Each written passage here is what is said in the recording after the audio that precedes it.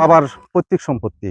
আমরা প্রতিনিয়ত এই প্রজেক্ট করে আসতেছি, কিন্তু গত বর্ষা হতে দুলাল রাকিবগণ এই প্রজেক্টে জোর জুলুম করে মাছ ধরে নিয়ে যায় রীতিমতো। ওকে বাধা প্রদান করলে আমাদেরকে অ্যাটাকার বলে কি যে ওদেরকে চাঁদা ছাড়া এই প্রজেক্ট করা যাবে না। আমি এমতো অবস্থায় আমি আসি, আমার সাথে আলোচনা সাপেক্ষে ওরা বলে কি 5 লক্ষ টাকা চাঁদা দিতে হয়। এর পরিপ্রেক্ষিতে অভিযোগ করি। অভিযোগের পরিপ্রেক্ষিতে ওরা আরো ক্ষিপ্ত হইয়া আমার সাথে খারাপ ব্যবহার করে। ব্যবহারের পরিপ্রেক্ষিতে আবার আমি থানাতে যাই। থানাতে গিয়ে শেয়ার করলে এরা তদন্ত আসে এবং আমাকে বলে থানাতে গিয়ে একটা জিডি করতে। আমি জিডি করার পরে ওরা আমার প্রতি আরো বেশি প্রাণনাশের হুমকি দিয়ে থাকে।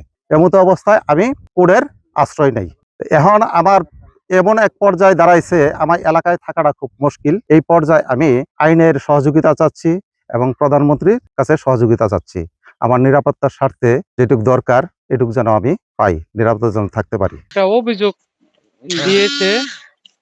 অভিযোগটা দিয়েছে আপনার জহুরুল ইসলাম কাউসার।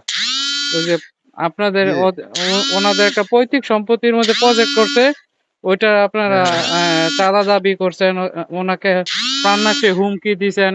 এটা কতটুকু সত্যতা, এর বিষয়ে আপনার একটু জানতে চাচ্ছিলাম।